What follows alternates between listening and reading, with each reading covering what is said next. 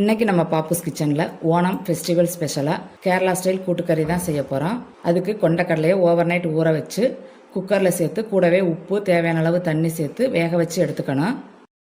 அடுத்து ஒரு கடாயில் சேனக்கிழங்கு, வாழைக்காய், மிளகாய்த்தூள், மஞ்சள் தூள், உப்பு தேவையான அளவு தண்ணி சேர்த்து வேக வச்சு எடுத்துக்கணும். இது வேகும் போதே மிக்சி ஜாரில் தேங்காயும் சீரகமும் தேவையான அளவு தண்ணியும் சேர்த்து அரைச்சி எடுத்துக்கணும்.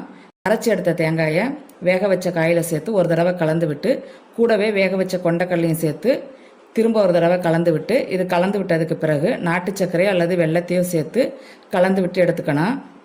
அடுத்து ஒரு கடாயில் தேங்காய் எண்ணெய் சேர்த்து சூடான உடனே கடுகு, உளுந்து, வரமிளகாய், கருவேப்பிலை சேர்த்து பொரிஞ்ச உடனே துருவின தேங்காய் சேர்த்து தேங்காய் ப்ரௌன் கலரில் ஆகிற வரை வறுத்து எடுத்துக்கணும். தேங்காய் ப்ரௌன் கலரில் ஆன உடனே வேக வச்சிருக்கிற காயில் சேர்த்து ஒரு தடவை கலந்து விட்டால் சொல்லவே தேவையில்லை, சும்மாவே சாப்பிடலாம். அல்டிமேட்டான கூட்டுக்கறி ரெடி.